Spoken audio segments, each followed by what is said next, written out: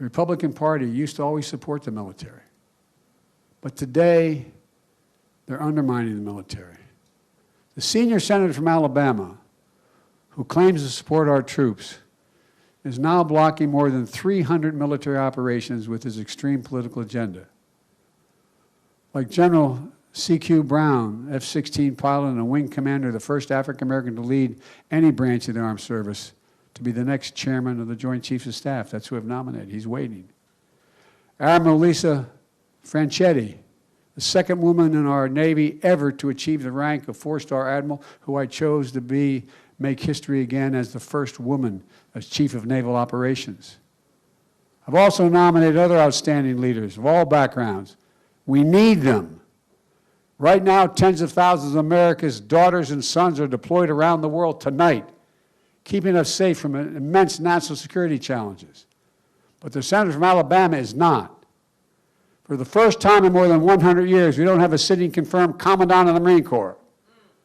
By the fall, we may not have a chairman of the Joint Chiefs of Staff. We may not have a military leaders for our Army and Navy either. This partisan freeze is already harming military readiness, security leadership, and troop morale. Freezing pay, freezing people in place. Military families already sacrificed so much, unsure of where or when they change stations, unable to get housing or start their kids in the new school because they're not there yet. Military spouses forced to take critical career decisions, not knowing where or if they can apply for a new job. A growing cascade of damage and disruption, all because one senator from Alabama and 48 Republicans have refused to stand up to him to lift a blockade over the Pentagon policy offering servicemen and women, their families, access to reproductive health care rights they deserve if they're stationed in states that deny it. I think it's outrageous, but don't just take it from me. Hundreds of military spouses petitioned to end the extreme blockade. One spouse, referencing Senator from Alabama, said, quote, "This isn't a football game. This nonsense must stop right now." It's time for the Senate to confirm the next chairman of the Joint Chiefs of Staff, the next commandant of the Marine Corps. It's time for service members to receive the pay and promotions they've earned and deserve. It's time for the Senate of Alabama to let these generals and admirals fully serve their country and service members care for themselves and their families. I urge Senate Republicans to do what they know is right, keep our country safe like Harry Truman. Approve all those outstanding military nominees now, now, now. From those voices slandering the American military, saying it's becoming weak, soft, and less capable.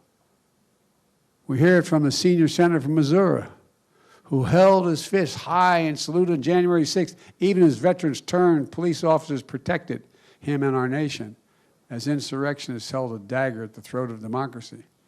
We hear it from the junior senator from Texas, who fell for Russian propaganda suggesting that their military, the Russian military, is better than ours, calling our military emasculated.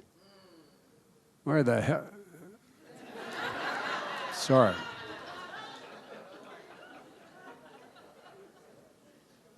Frankly, they have no idea in what God's name they're talking about.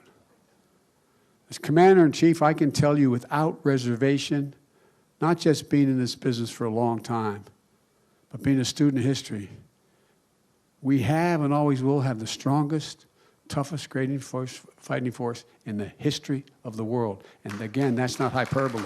That's real.